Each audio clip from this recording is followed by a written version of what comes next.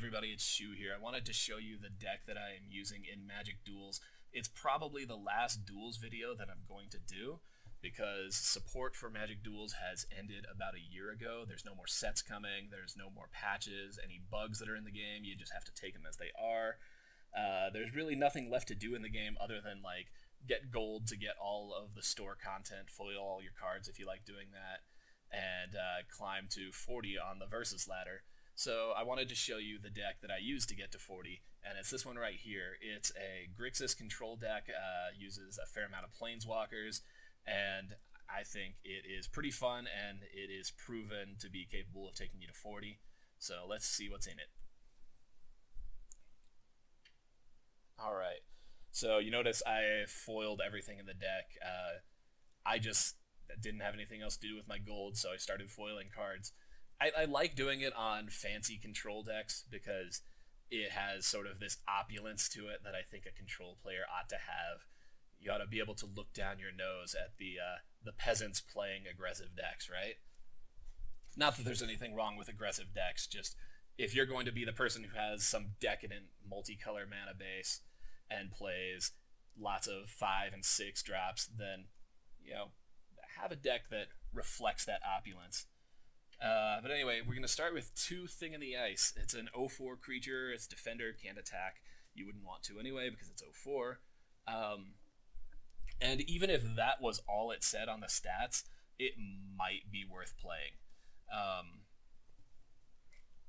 Not in most decks, mind you, but this deck really wants some early game presence to protect itself, and an 0/4 for 2 is pretty good with that.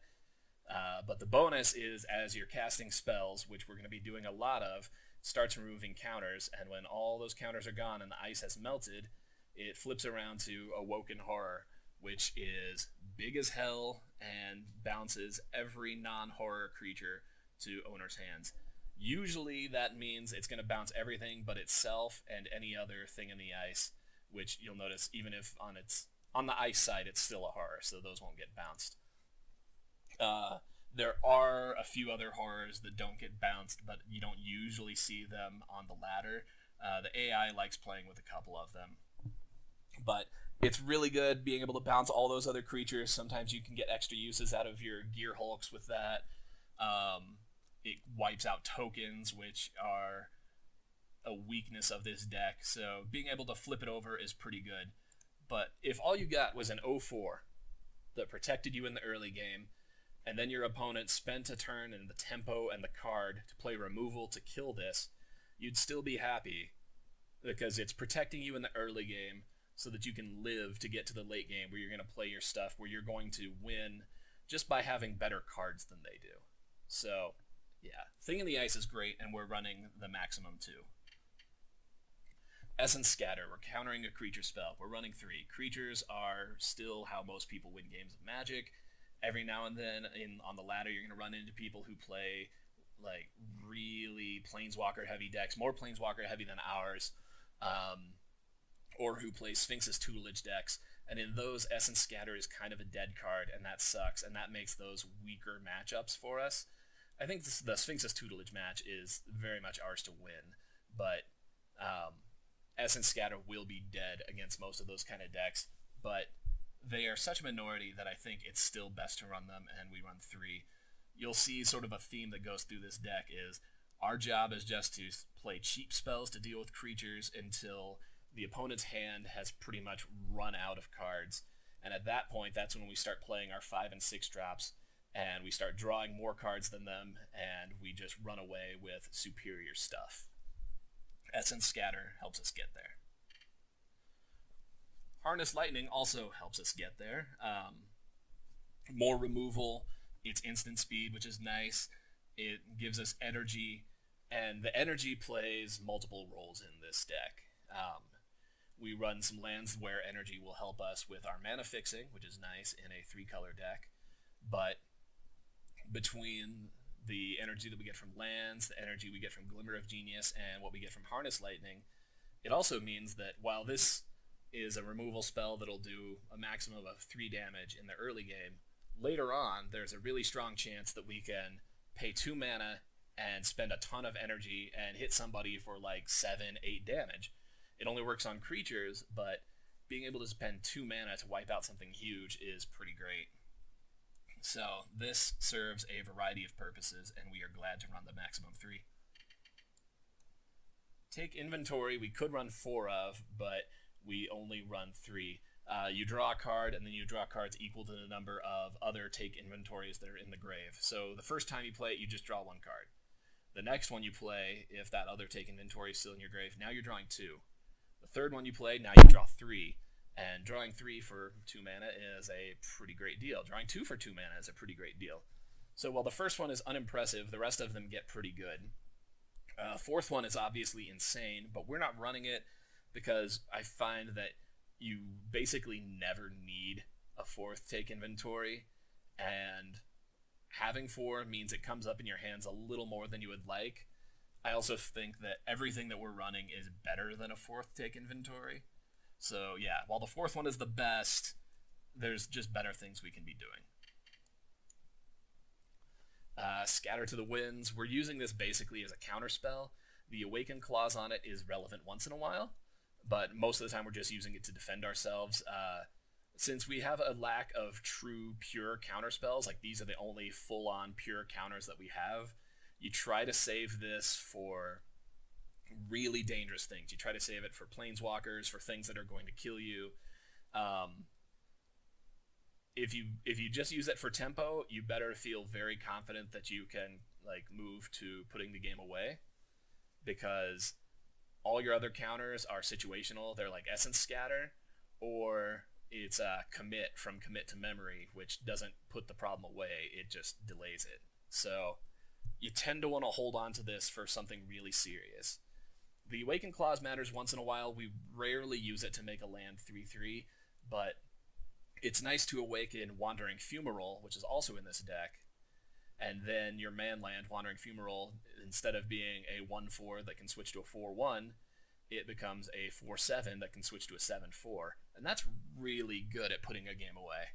Most of the time, though, we're using the 3 mana option, and we are very happy with that. So it's like Cancel with an additional upside, and that's worth running. Murder. Kill the dude. 3. Like I said, we need to protect ourselves in the early game. Murder's a good way to do it. The fact that it's instant speed is absolutely crucial. We want to play as few cards on our turn as we can, and play as many on opponent's turn as we can, because that way we have the advantage of being able to react and to spend things when we know it's important. If this was sorcery speed, then we would only be able to play it on our turn, and then we would have to commit mana to it, and then we wouldn't have as much left to respond to what the opponent does. So instant speed is really good. We run 3 murders. Radiant Flames. So we run 1 of it. Since we're running a 3-color deck, we can get the maximum sweeper for 3. Sometimes you just want a sweeper for 2. I'm a big fan of it, but I find that you don't usually need it. But when you need it, you're really happy you have it. So I think it's worth running 1 of, and it works really well with a card that we have right after this, which is Kalitas, Trader of Get. So decent stat line on its own. 3/4 for 4 with lifelink, that's pretty good. And that on its own might even be worth playing, because this deck wants to be able to drop something that will bridge us from the early game to the mid game, which this does admirably, and claws back our life total, which this does, but it has extra stuff that makes it really, really valuable. If opponents' non-token creatures die, instead you exile the card and you get a zombie, and that's awesome. Even there's the following clause that says it can eat other vampires or zombies and get bigger, and that's great, especially pairing with lifelink. You can just build huge life totals, but being able to exile your opponent's cards and make zombies is a huge deal.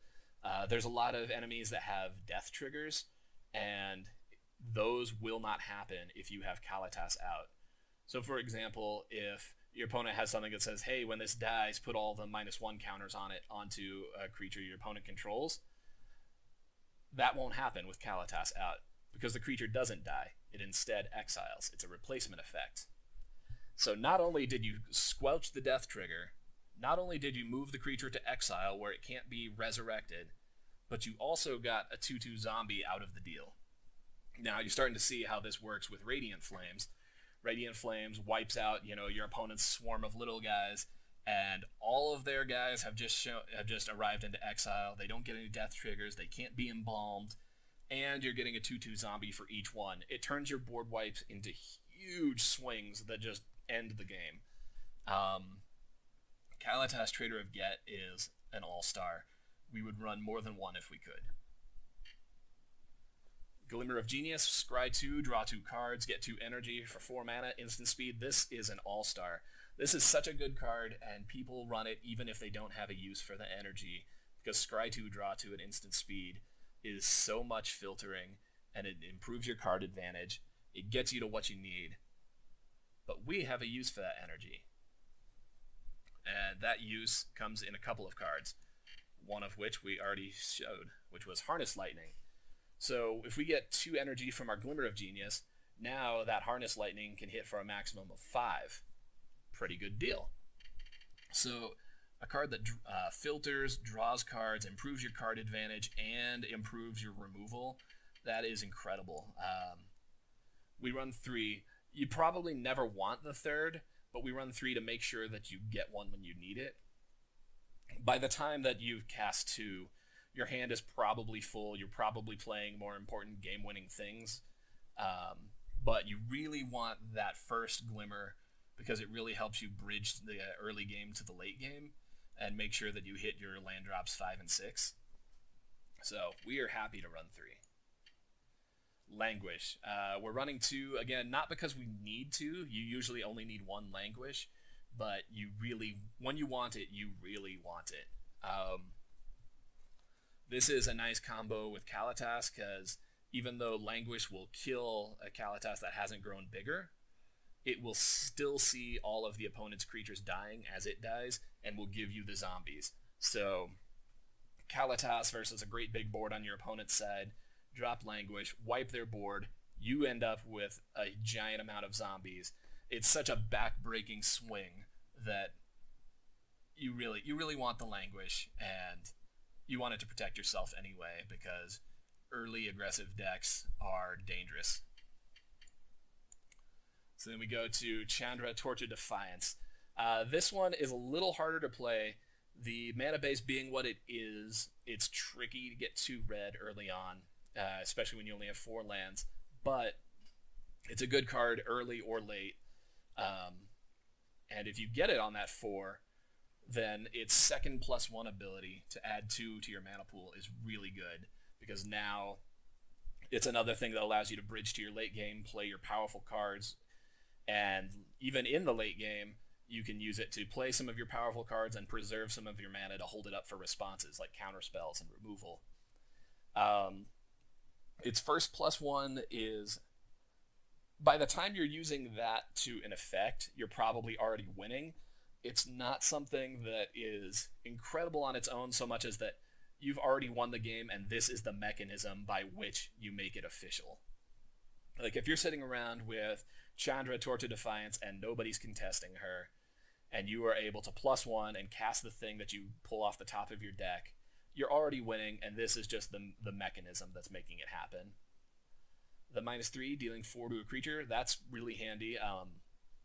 4 is a toughness that is considered, fairly beefy. Like, we had Thing in the Ice earlier, and 4 is enough to keep it alive for a long time. 4 is also the toughness of, we saw Kalatas, it is the toughness of Glorybringer. There are a lot of really good cards that have 4 or less toughness, and Chandra, the turn she comes out, can -3 and blow it up, and still have 1 loyalty left so that you can build her back up to be useful. The emblem, you win the game, basically. Whenever you cast a spell, it deals 5 damage to a creature or player. And I want to emphasize to anyone who is kind of new to Magic that when it says cast a spell, it doesn't mean instant or sorcery. It means any card, a creature, an artifact, instant, sorcery, enchantment, all of those. Anytime you play any of those, deal 5 damage to a creature or player. It basically means, unless your opponent has a huge swarm that's about to kill you right now, you win the game when you get this out. Because you only have to play a couple more cards and the game is done. Just done. So Chandra, Torch of Defiance is pretty great, even if we often don't get her on turn 4 like we would like. Then we go to Glorybringer, which we brought up, one of those 4 toughness creatures. We're only running one of it, just because this is sort of a late game card. This is it costs 5, it's 2 red. Our mana base isn't super equipped to want to see 2 of them. Red is definitely the redheaded stepchild of our mana base, but by the time you hit 5, you ought to be able to play Glorybringer, and it will probably win you the game. 4 in the sky out of nowhere is already great, being able to just fly and haste and hit someone for 4. But the Exert, being able to just whittle down your opponent's creatures, is really nice. Again, it does 4, which we've mentioned was sort of a relevant number. I really like Glorybringer. I wish we could run 2, but I think we'd have to make too many sacrifices in the mana base to make it reliable. Always happy to see it, though. Hell of a card. And this is the card that made me decide I wanted to play a Grixis control deck. Dark Intimations. You know Dark Intimations is amazing when half of the card doesn't apply in this format and it's still incredible. The second part says, when you cast a Bolas Planeswalker spell, exile Dark Intimations from your grave, and the Planeswalker enters with an additional loyalty counter. There are no Bolas Planeswalkers in Magic Duels because support ended before we reached Hour of Devastation. So there is no Bolas God Pharaoh for us to use. That said, the first half of the card, still incredible, still happy to pay 5 mana for it. So each opponent sacrifices a creature or a Planeswalker and then discards a card. And then you return a creature or walker from the grave to your hand and draw a card. So, alright, let's break this down. Really nice at killing Planeswalkers, especially since this deck is not terribly creature heavy. If you can clear out the detritus on the field, the little tokens, whatever other creatures they have, and you can cast Dark Intimations, they have to sacrifice their Planeswalker. Already great. You can return a creature or walker from your grave to your hand. So something of yours that was, going to win you the game, they killed it with removal, now you've got it back. And now let's look at the discard. All right, so there's something in their hand, they have to drop it, and you're drawing a card. What this means is, in perfect circumstances, this is a maximum of a 4-for-1. You are gaining 4 cards, in essence, by getting 2, making them lose 2, and you only had to spend 1 card to do it. That is huge. That is back-breaking, and we're running 2 of them.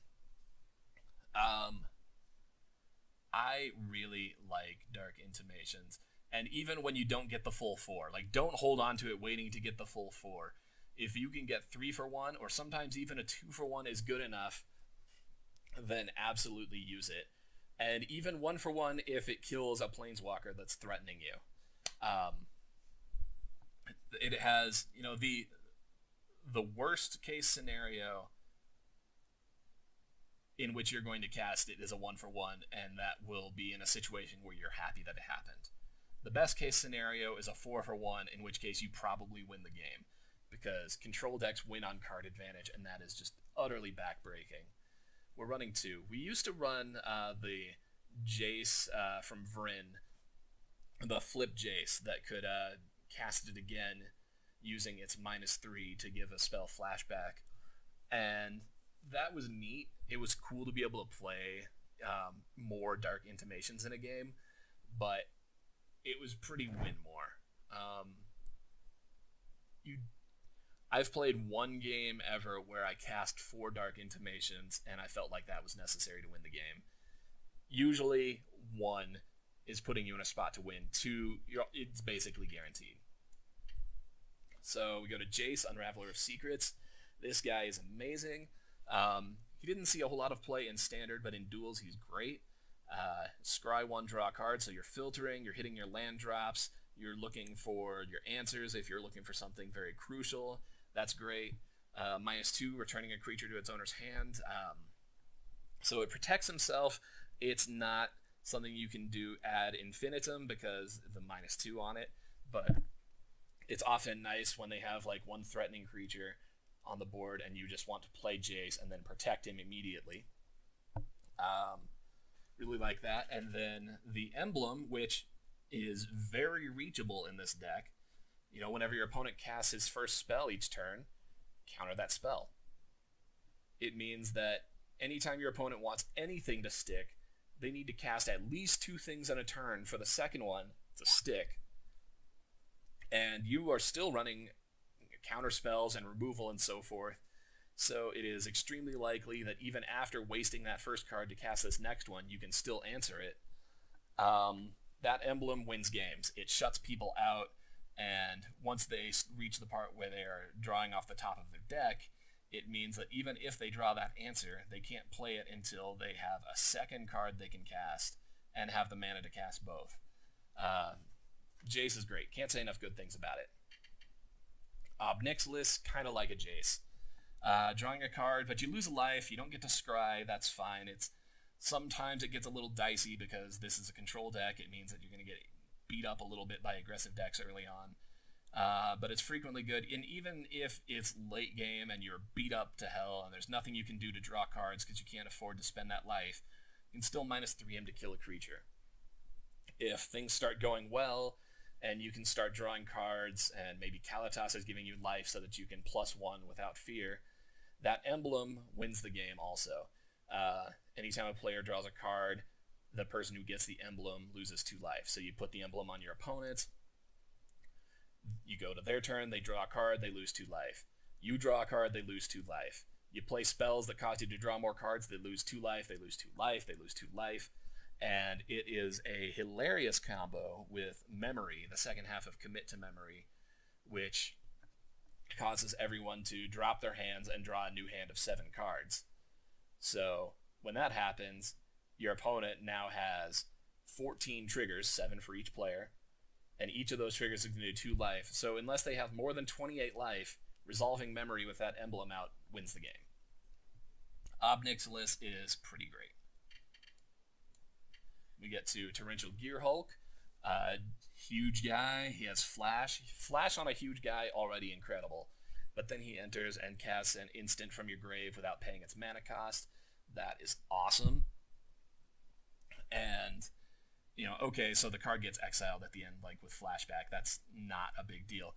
Being able to have your opponent try to claw back the game by playing some big haymaker, and you respond by dropping Torrential Gearhulk and flashing back a counter.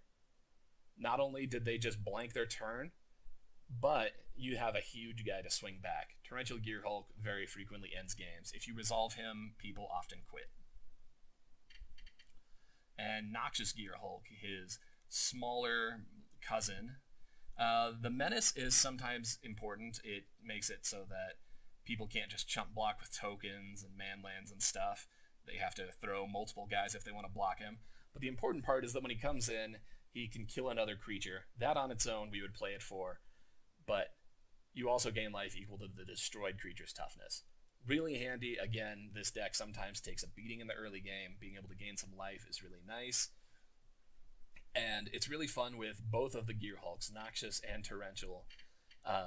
If you can play them early and then flip Thing in the Ice later, then Thing in the Ice will return them to your hand, and you can get another use of their abilities, which is often nice. The fact that you have a 7-8 on board and there's nothing else to contest it probably means that you're going to win. You don't really need to have these other bodies to put the game away. So having the effects on hand to protect the win that is heading to you is really nice. We would run probably more Torrential Gearhulks if we could. Chandra Flamecaller, the most expensive planeswalker we run. This one is really handy for a couple of things. The +1 can win games on its own, just creating 2/3/1s with haste. Being able to batter somebody with those is nice. It's effective. It takes a game where you are already ahead and says this is the mechanism that's going to end it. And the -X is really nice. It's another board clear that you can repeat if you've been plussing her along the way. But being able to drop her and -2 or -3 her to clear out lots of aggressive guys is really strong. And especially with Kalitas, again, the board clear will wipe out their guys, exile them, and you'll get zombies for it. That will probably end the game, especially since between Kalitas and the zombies and the 3/1 elementals that you're going to get the next turn, you're going to be swinging for a lot of damage really soon. The 0, discard all the cards in your hand and draw that many +1, I don't often use it. It's not to say it's not good, but I find that by the time I'm playing Chandra Flamecaller, I probably have a handful of answers that I really like. If I don't, then yeah, the 0 is handy to be able to draw into some answers. It's also nice if you have that Ob Nixilis emblem out, because you can do that to draw a bunch of cards and queue up a ton of damage through the emblem to kill the opponent. But most of the time, you're going to be using the +1 and -X, and both of those make this worth the cost of entry. It costs 6, but it's probably the card that caps the game out and wins it for you. And then we have our 2 double-face cards. So we have Never to Return. Never, we could run 2 of it, but we're only running 1. And the reason is that it's sorcery speed. It's awkward to play removal on your own turn rather than your opponent's turn for this deck, because doing so leaves your mana consumed, you're tapped out often, it's harder to respond with things. But it's a good enough card that I feel like it's worth running 1 of. And destroying a creature or planeswalker. The planeswalker part is handy because otherwise the only things that we have that can kill planeswalkers are creatures or through dark intimations, forcing them to sacrifice. And sometimes that's not viable if they have like a lot of zombies out or something, like with Liliana.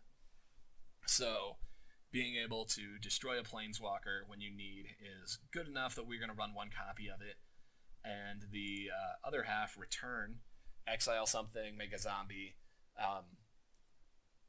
Usually this isn't a big deal. It's nice if you know your opponent is playing Reanimator kind of strategies, or if they... or if, for example, you want to play the memory half of Commit to Memory and shuffle cards from the graves back into the deck, so you can make sure with Return that they don't draw one of the really good ones, and you get a zombie out of it. You can use it to exile things that would otherwise get embalmed, which is nice. Again, it's sorcery speed, so you have to anticipate it. But yeah, it's a nice extra bonus. It's also nice that if you find yourself in a spot where you need to discard a card, you can discard Never and still have access to Return, so it's like you haven't lost the whole thing. I like the card. Every once in a while, it's also handy once in a while I use the other side as the condition that will flip Thing in the Ice. Like, for example, you have Thing in the Ice out. Let's go back to it just to show you. And it's removed all of its counters but 1. So now if the next spell that you cast, the next instant or sorcery that you cast, will cause it to flip and bounce things back to hand. Well, a lot of the things in your hand might be removal. And that's kind of awkward. You don't want to like cast a removal spell and then Thing in the Ice flips and bounces your target back to their hand and you wasted your spell. It's not so great. You'll do it if it's the best play available, but it's kind of inefficient. So one of the things I like about Return is that it's a sorcery spell that can flip Thing in the Ice without wasting removal. And Thing in the Ice will flip and bounce everything back before Return resolves, so it won't bounce and wipe out your own zombie. So that's pretty nice. The zombie from Return is also something that can be eaten by Kalitas, so it's another synergy right there, even though it's minor. And then the last card we run is Commit to Memory. So for 4, an instant to put a spell or non-land permanent on the library second from the top.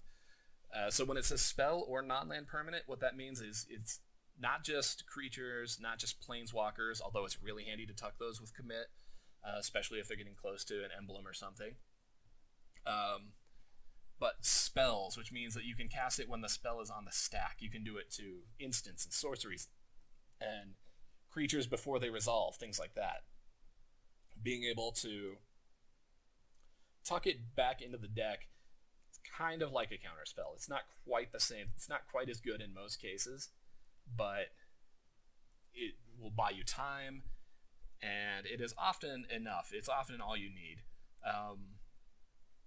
But if you've tucked something and you want to make sure that it doesn't come back right away, then you have its second half when you aftermath it from the grave, Memory. Every player shuffles their hand and grave into the library and draws 7 cards. I like this one a lot. It's good to gas up if you need more. Just remember, it'll gas up your opponent too.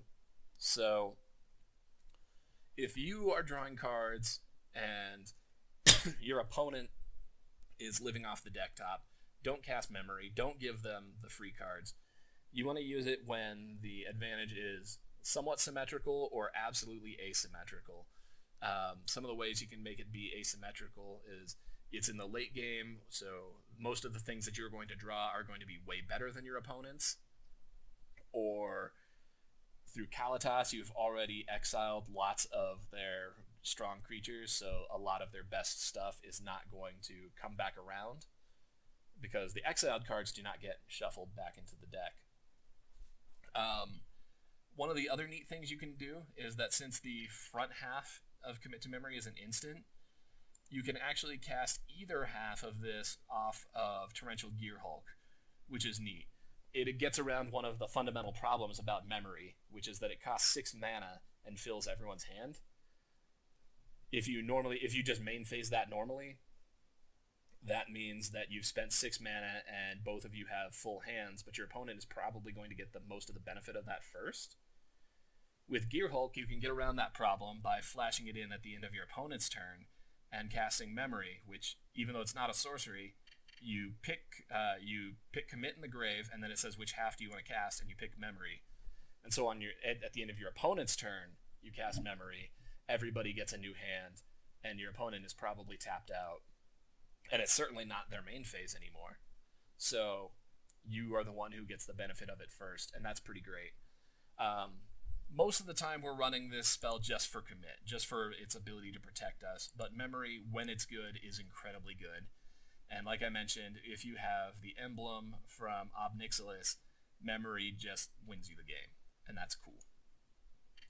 So for our mana base, we have 5 islands, 3 swamps, 2 mountains. Like I said, red is the red-headed stepchild of our mana base, but we still try to make it up. We have Wandering Fumarole, we're running 2 of. It's a little obnoxious because it comes in tapped, but if you can play it really early before that matters, it's nice. Like if you play it turn 1, there's nothing in this deck you can play on turn 1, so you don't lose anything by playing a land that comes in tapped.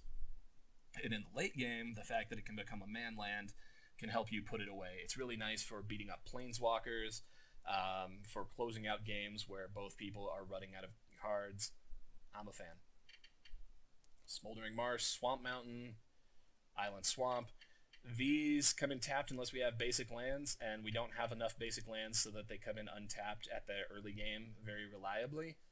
But they're nice because they have land types, because it's Swamp Mountain. It's not just a land. And that works really well with the check lands that we're going to look at next, which are these Drowned Catacomb, Sulphur Falls, and Dragon Skull Summit.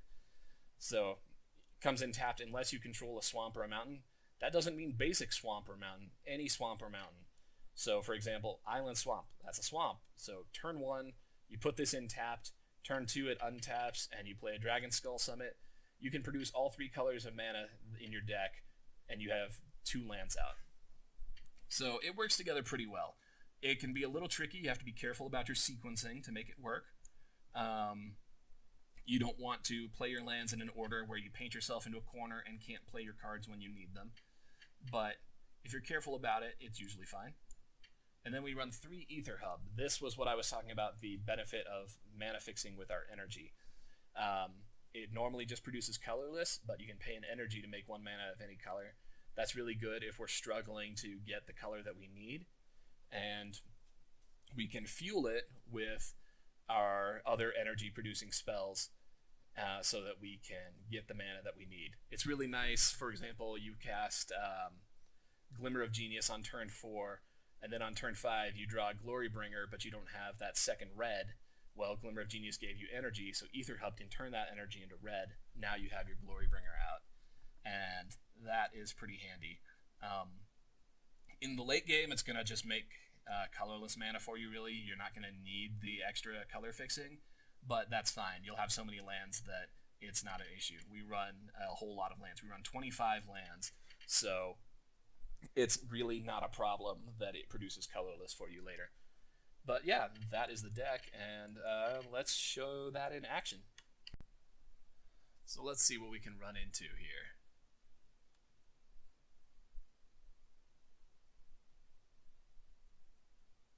Okay, someone who isn't really into customizing the appearance of their deck, that's fine.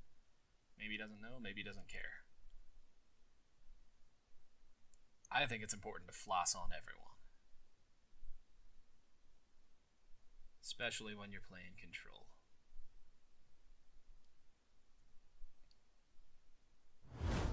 Okay, so we're both ranked 39. That means someone is coming out of this at 40. Alright. This is a little questionable, but having basic lands and having removal early, I think I'm going to keep it. We only need to get one more land to draw into Glimmer of Genius. Really like to see some counter spells come up, like some Essence Scatter or something. Help us make that bridge from the early to late game. But we'll see what we get.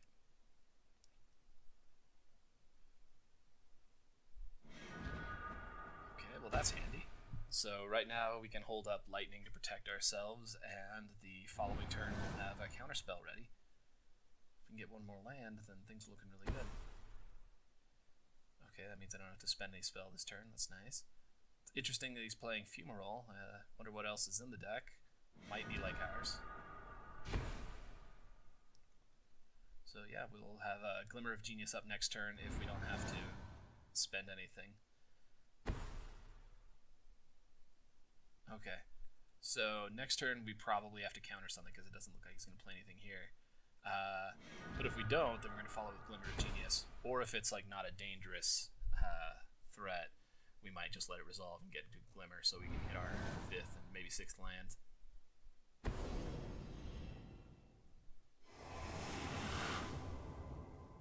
Oh, so he's doing energy also. Interesting. But yeah, we're going to end our turn with Glimmer here. Yeah, let's keep both. We want our black and we want Jace. And he's probably going to counter it, but we're going to just run it out. If he can't counter it, we probably win. If he does, we have Dark Intimations. Oh, here's... No, Glimmer of Genius. All right. Well, then we probably win. But if he kills Jace, then we have Dark Intimations to bring him back. The fact that he's going to land and get an uncontested draw first helps a lot. Yeah, we totally love that. It looks like this guy might be playing some kind of control, so if we can get Jace to an emblem, that's probably how we're going to win. So, having some extra counters would be nice. Huh. Ooh, okay, that's spicy.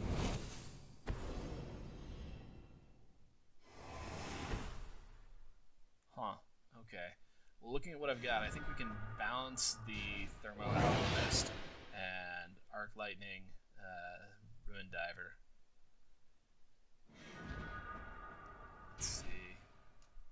Yeah. Normally it would be better to draw off of Jace to see if we get a land, but since we know we're minusing him, we can put in the land that comes in tapped. Kill this, and then we'll still have mana up for a counter, so that helps a lot. Ooh, it does occur to me we just left Jace open for getting hit by the Manland, though. Let's see if he knows that's what's up and if he's going to spend the mana on it. Huh, no, okay, just going out for bringing out that Thermo Alchemist. Yeah, let's counter that. We don't want him to get lots of free damage against us as a player because he'll redirect it to Jace and kill him. If we can keep Jace alive, we'd like that.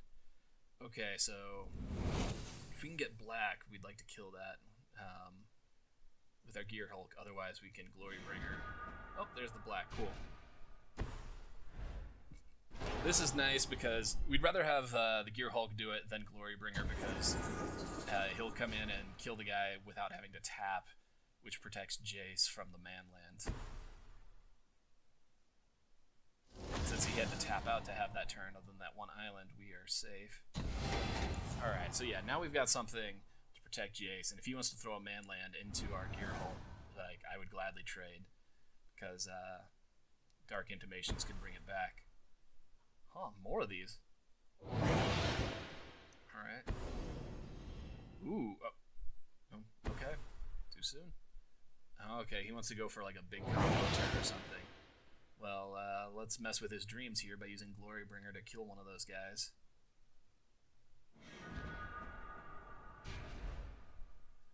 Just see if we can get a sweeper instead. No, but we'll keep that. Yeah, and then we Glorybringer, and we have counter backup. And then we can just kill one of those, swing with the other.